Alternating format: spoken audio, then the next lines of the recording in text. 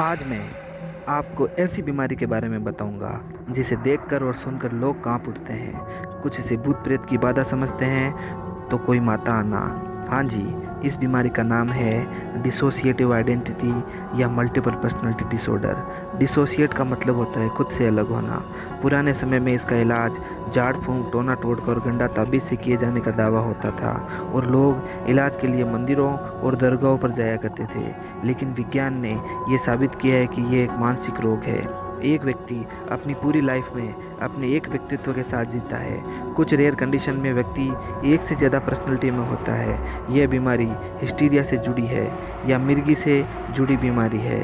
इस बीमारी को आपने फिल्मों में भी देखा होगा। इसका उदाहरण है भूल भुलैया और अपरिचित जैसी फिल्में। इनमें एक व्यक्ति पर एक से अधिक पर्सनैलिटी हावी हो जाती है। कभी विद्या बालन मंजुलिका बन जाती है तो कभी अम्बी, रॉकी या अपरिचित बनकर गलत लोगों को गरुड़ पुराण के हिसाब से सजाए देता है। इस डिसऑर्डर में व्यक्ति की आवाज़ भी चेंज हो जाती है, यहाँ तक कि उसका बोलने का लहजा, उसका एक्सप्रेशन और भाषा भी चेंज हो जाती है। जिस इंसान में ये डिसऑर्डर होता है वह अपनी स्वयं की पर्सनैलिटी को छोड़कर दूसरी पर्सनैलिटी में स्विच हो जाता है और इसके बाद एक से ज़्यादा पर्सनैलिटी भी डेवलप कर लेता है। उसकी दूसरी पर्सनैलिटी उसकी रियल पर्सनैलिटी से बिल्कुल ही अलग होती है। मान लो कि एक व्यक्ति अपनी रियल पर्सनैलिटी में फ़नी और खुशमिजाज है तो दूसरी पर्सनैलिटी में वो गुस्सेल और चिड़चिड़ा भी हो सकता है। इस बीमारी में व्यक्ति को समय का पता नहीं चलता कि वर्तमान में क्या हो रहा है। वो हमेशा पास्ट में ही जीता है। वर्तमान से उसको कोई मतलब नहीं होता। वह स्वयं को भी नुकसान पहुंचा सकता है, जैसे अपना स्वयं का हाथ काट लेना, जोर से ज़मीन पर गिरना या अपने सिर को दीवार से मारना। स्ट्रेस, पारिवारिक या सामाजिक दबाव या फिर बचपन में घटी किसी अप्रिय घटना के कारण ये डिसऑर्डर जन्म लेता है। इस बीमारी से ग्रसित 70% लोगों को आत्महत्या करने का ख्याल आता है। अब मैं आप लोगों को सत्य घटना बताऊंगा जिसे सुनकर रोंगटे खड़े हो जाएंगे और हम महसूस करेंगे कि हम कितने लकी हैं। एंसिना सेवेरा नाम की यह लेडी एक नहीं, दो नहीं, पूरी 12 जिंदगियां जीती है। उसको यह बीमारी 7 साल की उम्र से ही शुरू हो गई थी और आज ये 32 साल की उम्र में भी इस डिसऑर्डर से ग्रसित है।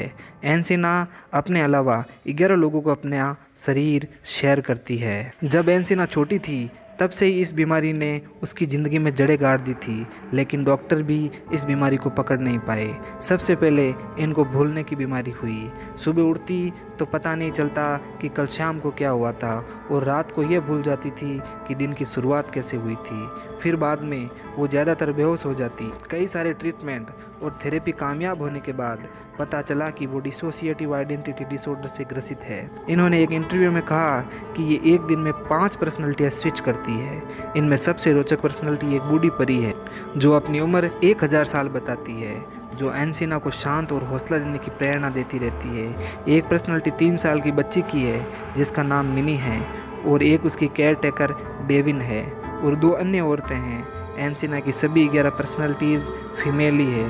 फीमेल ही क्यों? क्योंकि बचपन में उसको सेक्सुअल और फिजिकल एब्यूज़ किया गया था, वो भी उसके खुद के पिता और करीबी दोस्तों द्वारा। पुरुषों से एंसिना को डर है, इसलिए इसकी सभी पर्सनैलिटीज़ फीमेल ही है। इन 11 में से 5 पर्सनैलिटीज़ खास है क्योंकि ये पांचों एंसिना से मिलती रहती है और इनसे बातें भी करती है। इस समय एंसिना को होश रहता है कि वो पांचों क्या कर रही है। वो उन्हें देख सकती है और इंटरेक्ट भी कर सकती है। बाकी की 6 पर्सनैलिटीज़ से वो स्वयं कभी नहीं मिली और जब वे एंसिना की बॉडी को काबू में कर लेते हैं तो वो अपनी भूलने वाली सुन्न अवस्था में चली जाती है। इससे उसका अपने पर काबू नहीं रहता। वो 6 पर्सनैलिटीज़ सिर्फ डायरी में अपनी हैंडराइटिंग के जरिए बातें करती है।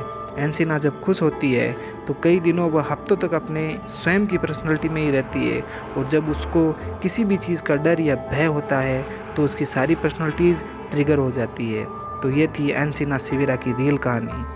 क्या हो अगर आपसे भी 1000 साल बूढ़ी परी और 3 साल की बच्ची आपसे बातें करने आए? तो कैसा लगा वीडियो?